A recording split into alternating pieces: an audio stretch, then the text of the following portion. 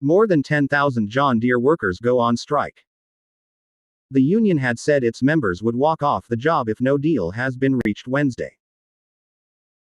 The vast majority of the union rejected a contract offer earlier this week that would have delivered 5% raises to some workers and 6% raises to others at the Illinois company known for its green tractors. The almost 1 million UAW retirees and active members stand in solidarity with the striking UAW members at John Deere, UAW President Ray Curry said. Brad Morris, Vice President of Labor Relations for Deere, said the company is committed to a favorable outcome for our employees, our communities, and everyone involved. He said Deere wants an agreement that would improve the economic position of all employees.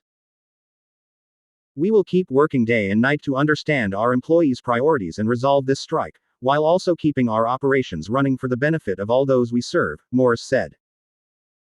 35 years have passed since the last major Deere strike. But workers were emboldened to demand more this year after working long hours throughout the pandemic and because companies are facing worker shortages. Our members at John Deere strike for the ability to earn a decent living, retire with dignity, and establish fair work rules, said Chuck Browning, Vice President and Director of the UAW's Agricultural Implement Department. We stay committed to bargaining until our members' goals are achieved. A handful of workers began forming a picket line outside the company's plant in Milan, a town in western Illinois near the Iowa border, about 15 minutes after strike deadline.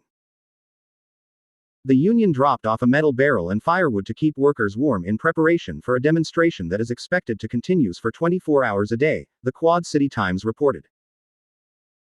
Workers began picketing at several other Deere plants, including at its large operation in Waterloo, Iowa, Thursday morning around when the first shift would normally arrive.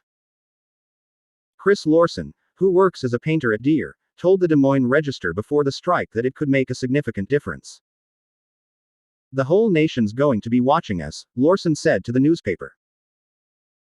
If we take a stand here for ourselves, our families, for basic human prosperity, it's going to make a difference for the whole manufacturing industry. Let's do it. Let's not be intimidated. Creighton University economist Ernie Goss said workers have a lot of leverage to bargain with right now because of the ongoing worker shortages. Right now across the U.S., labor is in a very good, strong position to bargain, so now is a good time to strike, Goss said.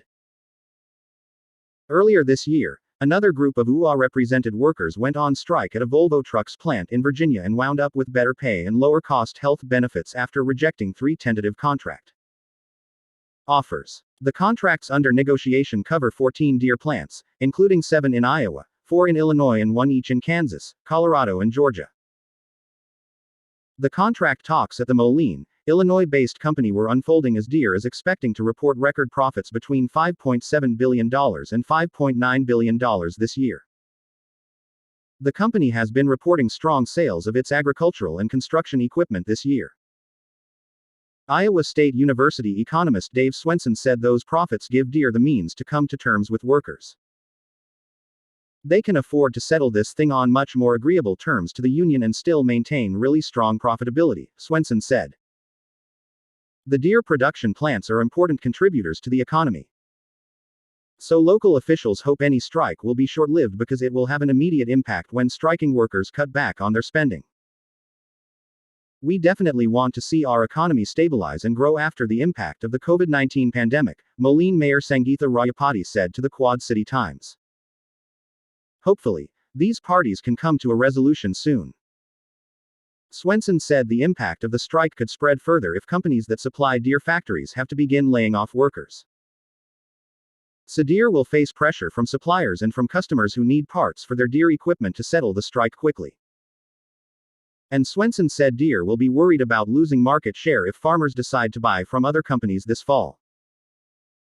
There is going to be a lot of pressure on Deere to move closer to the union's demands, Swenson said.